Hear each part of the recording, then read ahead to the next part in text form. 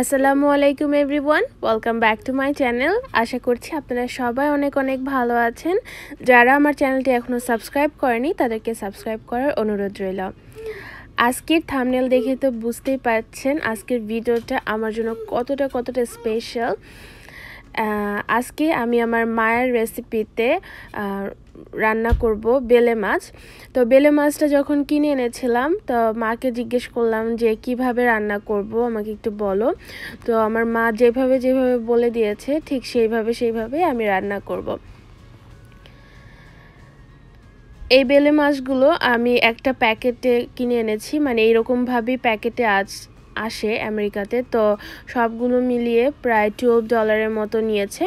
তো বেলে মাছে কিন্তু তেমন পরিমাণে কোনো আঁশ থাকে না, আর যতটা থাকে ওদের পরিষ্কার করা থাকে, দেখা গেল যে 2-1টা গায়ের মধ্যে লেগে থাকে কোনো রকম।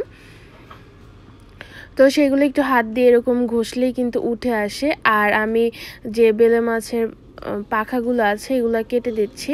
আর এই পাখাগুলো খুবই নরম, নাইফ দিয়ে একবারেই খুব ইজিলি কেটে যায়।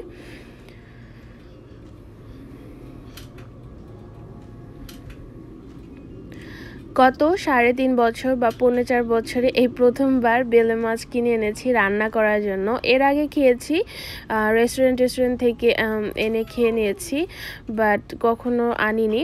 তো যেহেতু রান্না করিনি আগে কখনো, তাই মার সাহায্য নিতে হয়েছে। আর আমি সবসময় যেটা নতুন বা যেটা আমি পারি না সবসময় মাকে ফোন দিয়ে জিজ্ঞেস করি যে কিভাবে কি করব।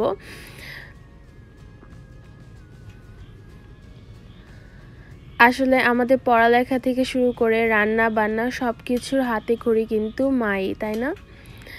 তো মাছগুলোর যে ময়লা ওগুলো আমি মুখ দিয়েই বের করে নিয়েছি। আর এই মাছ দেখলাম একটা ফুটা হয়ে গিয়েছে, তো এই দিক দিয়ে পানি বের হচ্ছিল। তো ভাবলাম যে ভালোই হয়েছে, মাছটা ক্লিন হয়ে যাইতেছে। তো এই তো ক্লিন করে ফেললাম। আর খুবই ইজি মাছটা ক্লিন করা, আর মাছটা অনেক নরম।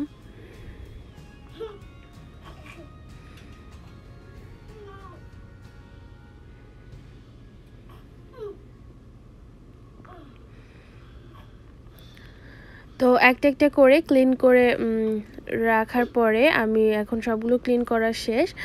এখন হলো ভালো করে ধুয়ে নিচ্ছি। আর মাছগুলো অনেক বেশি নরম, এর জন্য আর কি আলতো করে ধুতেছি যাতে মাছগুলো ভেঙে না যায়।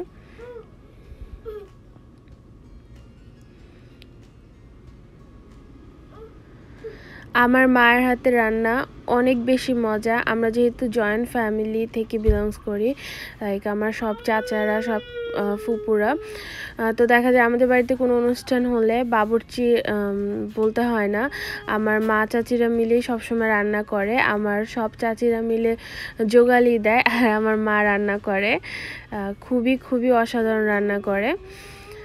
তো এখন মাছগুলো টুকরা করে নিচ্ছি। তো আমার চাচাতো বোনের বিয়েতে প্রায় আরও 15-16 বছর আগে, যখন আমি আরও অনেক ছোট ছিলাম, তখন আমার চাচাতো বোনের এঙ্গেজমেন্টের দিন একটা খাসির রেজালা করেছিল আমার মা। তো আমার বোনের যে চাচি শাশুড়ি, মানে এত মজা পেয়েছে খাবারটা খেয়ে, উনি এখনও এই কথাটা বলে, মানে আমাদের বাসায় আসলে উনি বলে যে বিয়ান সাহেবের হাতের সেই রেজালা আমি এখনও ভুলতে পারি না। তা আমি মাছগুলো টুকরা করে নিয়েছি। এখন হলো আলাদা করে নেব, মানে 2 ভাগ করব, কারণ 2টা পদ করব। কি করব সেটাই তো বলিনি। একটা হলো ভর্তা করব, বেলে মাছের ভর্তা ধনেপাতা দিয়ে। আরেকটা হলো বেলে মাছের ঝোল করব বেগুন আলু দিয়ে। তো এই তো আলাদা করে নিয়েছি। এখন হলো মশলা মাখিয়ে নিব, যেটাতে দিয়ে ঝোল করব সেটা দিয়ে। তো মশলা মাখানো তো খুবই ইজি, লবণ তারপর হলুদ মরিচ দিয়ে মাখিয়ে নেব। তো আমার মা বলতেছিল যে আসলে তো ভেজে রান্না না করলেও হয়, কিন্তু যেহেতু এটা ফ্রোজেন ছিল অনেক দিন ধরে, তো এর জন্য একটু ভেজে নিতে বলেছে হালকা করে।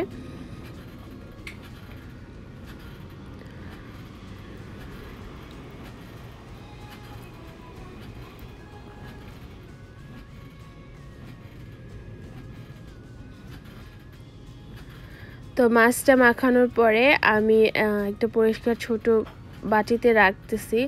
আসলে আমার রান্নাঘরের যে স্পেসটা অনেক ছোট, তো এর জন্য আমি সবসময় চেষ্টা করি যে রান্না করার মানে কোনো কাজ করার সাথে সাথে গুছিয়ে ফেলতে, তাহলে আমার কমফোর্টেবল ফিল হয় আর দেখা যায় যে এনাফ স্পেস পাওয়া যায় কাজ করার জন্য। তো সব কিছু কিন্তু রেডি করে ফেলেছি। আর এই যেখানে লম্বা লম্বা করে এভাবে বেগুন কেটে নিয়েছি। তো আমার মা বলেছে যে তো মাছটা লম্বার জন্য বেগুন আলু লম্বা করে কাটতে। আর এই যে কতগুলো মরিচ এখানে কুচি করেছি, এটা হলো ভর্তাতে দিব এর জন্য। তো এই যে আমি এরকমভাবে সব কিছু গুছিয়ে রাখি, যে কড়াইয়ে করব ওইটা আগের থেকে বের করে রেখে দেই। আর এখন হলো সব মশলাগুলো নামিয়ে রাখবো, যেহেতু মশলা লাগবে রান্নাতে। সব কিছু গুছিয়ে নিলে রান্না করতে মাত্র লাগে 10 থেকে 15 মিনিট, সিদ্ধ হলেই হয়ে গেল। আর ভিডিও করতে গেলে একটু টাইম বেশি লাগে, কিন্তু তারপরেও সব কিছু গুছানো থাকলে কোনো অসুবিধা হয় না। তো এখন আমি ভর্তার জন্য আগে প্রিপারেশনটা নিয়ে নিব। তো আমি যে কড়াইয়ের মধ্যে প্রথমে মাছ দিয়ে দিলাম,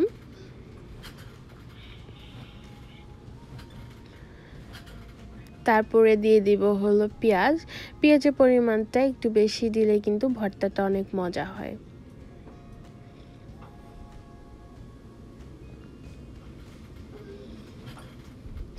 তারপরে দিয়ে দিব হলো ইচ্ছা মতো কাঁচামরিচ, যে যেরকম ঝাল খায়।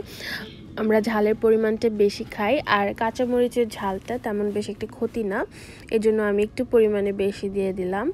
তারপরে দিলাম লবণ, আর দিলাম সামান্য একটু পরিমাণে হলো হলুদ, যাতে মাছের কালারটা সুন্দর আসে সেই জন্য।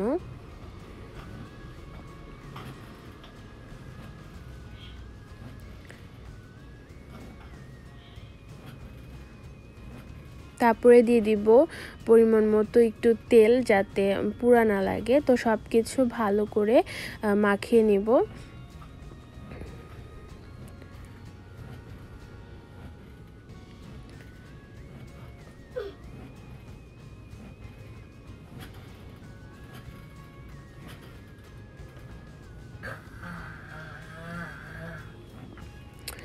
তারপরে দিয়ে দিব সামান্য একটু পরিমাণে পানি, যাতে সব কিছু ভালো মতো সিদ্ধ হয়ে যায় আর নিচ দিয়ে পোড়া না লাগে। তো এখন চুলায় বসিয়ে দিয়েছি, বসিয়ে দিয়ে ঢাকা দিয়ে দিব, যাতে এটা সিদ্ধ হয়ে যায় ভালো মতো। আর এইদিকে আমি ভর্তাটা বসিয়ে দিয়ে বেলে মাছের যে তরকারিটা করব সেটা প্রিপারেশনে চলে আসি। প্রথমে দিয়ে দিলাম পরিমাণ মতো তেল মাছটা ভাজার জন্য।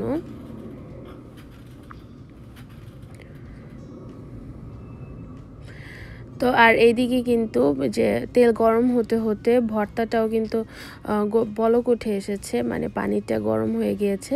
তো আমি একটু নেড়ে দিলাম, যাতে সব মাছগুলো মশলাগুলো একসাথে মিশে যায়।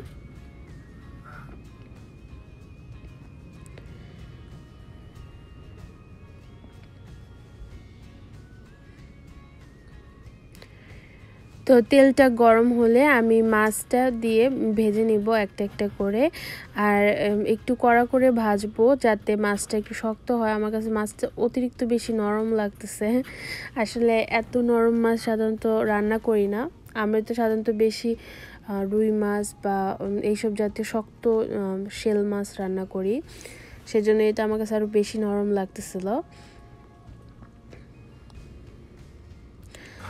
তো মাছটা ভাজতে ভাজতে আমি এখানে বেগুনটাতেও একটু মশলা মাখিয়ে নিব। আমার মা বলেছে বেগুনটা ভেজে রান্না করতে, তাতে নাকি টেস্ট অনেক ভালো আসে। তো বেগুন মানে সেম প্রসেসেই একটু সামান্য হলুদ মরিচ আর একটু লবণ দিয়ে মাখিয়ে গরম তেলে ভেজে নিব। আর যখন মাছ দিব তখন বেগুন আর মাছ দিয়ে তরকারিতে ঝোল দিয়ে দিব। তো এটাই হলো প্রসেস।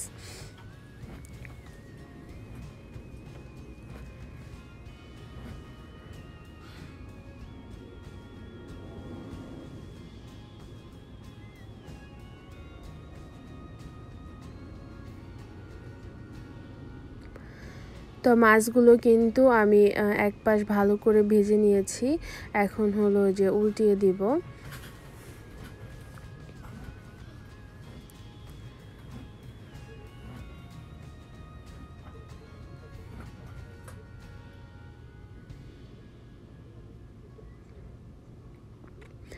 আর এদিকে ভর্তাটাও কিন্তু প্রায় হয়ে এসেছে, মানে পানিটা শুকানোর জন্য অপেক্ষা করব।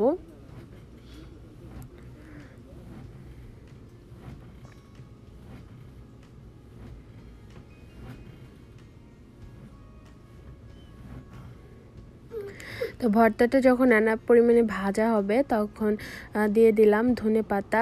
আমি এখানে ধনেপাতা একটু বেশি দিতেছি, কারণ আমার ধনেপাতা যে কোনো ভর্তায় খুবই ভালো লাগে, আর এটা যেহেতু মাছের ভর্তা আরও বেশি ভালো লাগবে। তো ধনেপাতা দিয়ে ভালো করে হলো নেড়ে দিব। আর দেখবেন যে একটুখানি হয়ে যাবে ধনেপাতাগুলো সিদ্ধ হয়ে। তো এদিকে আমার কিন্তু মাছগুলো ভাজা কমপ্লিট হয়ে গেছে। আমি এখন একটা একটা করে মাছ উঠিয়ে নিব।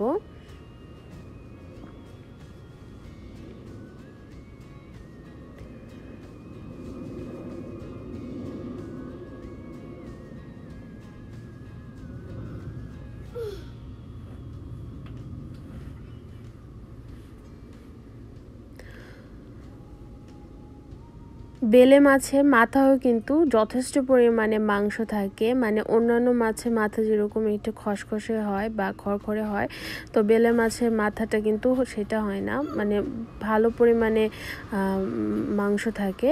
তো আমি এখন ভর্তাটা নেড়ে নিব। আর এই পর্যায়ে মাছগুলো ভাঙলে কোনো অসুবিধা নেই, কারণ এটা তো আমি ভর্তাই করব। আর ভর্তাটা কিন্তু আমি শিলপাতায় বেটে করব, একদম গ্রামের স্টাইলে।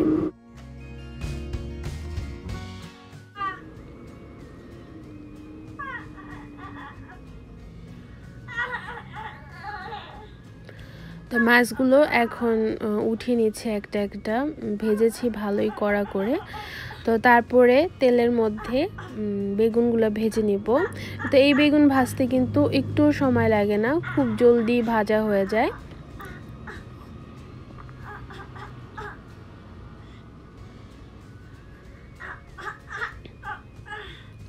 আর এদিকেও কিন্তু মানে ভর্তাটা একদম রেডি, মানে পুরো লেগে লেগে যাচ্ছে। তো এই পর্যায়ে আসলে মানে বোঝা যাবে যে রেডি। আর যে সুন্দর গন্ধ বের হয়েছে, মনে হয় ভর্তা বাঁচার আগে ভাত দিয়ে খেয়ে ফেলি, খুবই সুন্দর গন্ধ বের হয়েছে।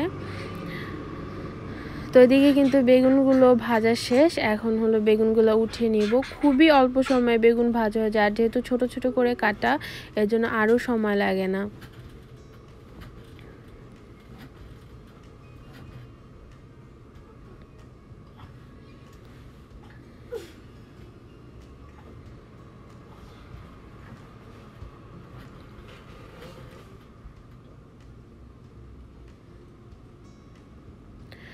তো তারপরে সেই তেলের মধ্যে দিয়ে দিব সামান্য পরিমাণে কালি জিরা দিয়ে তারপরে দিয়ে দিব হলো আলুটাও একটু ভেজে নিব। আর এইসব ঝোলে মানে কালি জিরার ফ্লেভারটা কিন্তু খুবই ভালো লাগে খেতে। তো আলু দিয়ে ভালো করে কিছুক্ষণ ভেজে নিব। আলু যখন একটু হালকা হালকা ভাজা হবে তখন দিয়ে দিব হলো পেঁয়াজ পরিমাণ মতো। পেঁয়াজ দিয়ে আবারও ভেজে নিব আলুর সাথে।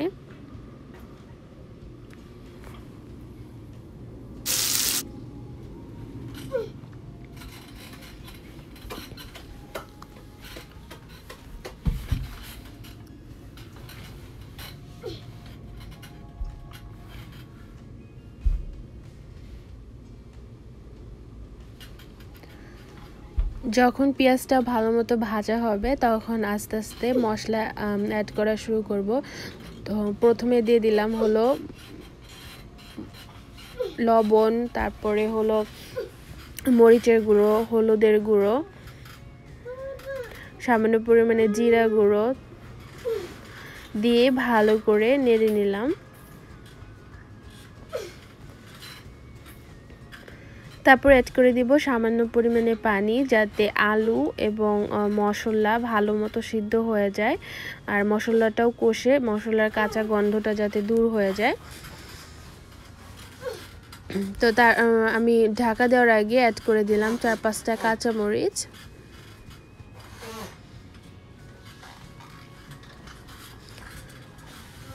তো তো প্রায় কিছু সময় পরে দেখতে পাচ্ছেন যে তেলটা কিন্তু একদম উপরে চলে এসেছে আর আলুগুলো ভালো মতো সিদ্ধ হয়ে গেছে।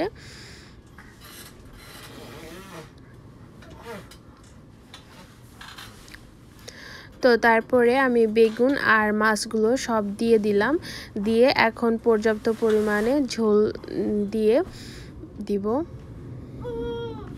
খুবই অল্প সময় লাগে রান্না করতে। আসলে আমি 2টা রান্নার ভিডিও একসাথে করেছি বলে হয়তো একটু লম্বা হয়ে যাবে, বাট এই রান্নাটা করতে খুবই অল্প সময় লাগে বা স্বাদের তুলনা কিন্তু হয় না। এরকম তরকারি হলে 1 প্লেট ভাত এরকম তরকারি দিয়েই খাওয়া যায়। তো তারপরে আমি দিলাম পরিমাণ মতো একটু ধনেপাতা, দিয়ে ঢেকে দিব আর অপেক্ষা করব একদম ফাইনাল ঝোল হওয়া পর্যন্ত। তো রান্না কিন্তু হয়ে গিয়েছে, দেখতেই পাচ্ছেন কতটা লোভনীয় লাগতেছে। এখন আসলে আমার ক্ষুধা লেগে যাচ্ছে ভয়েস ওভার করার সময়। তো তরকারিটা যখন একটু ঠান্ডা হয়ে যাবে আমি একটা বাটিতে বেড়ে নিচ্ছি। আমাদের দুপুরের খাবারেরও সময় হয়ে গেছে আর সুজনও চলে আসবে কাজ থেকে।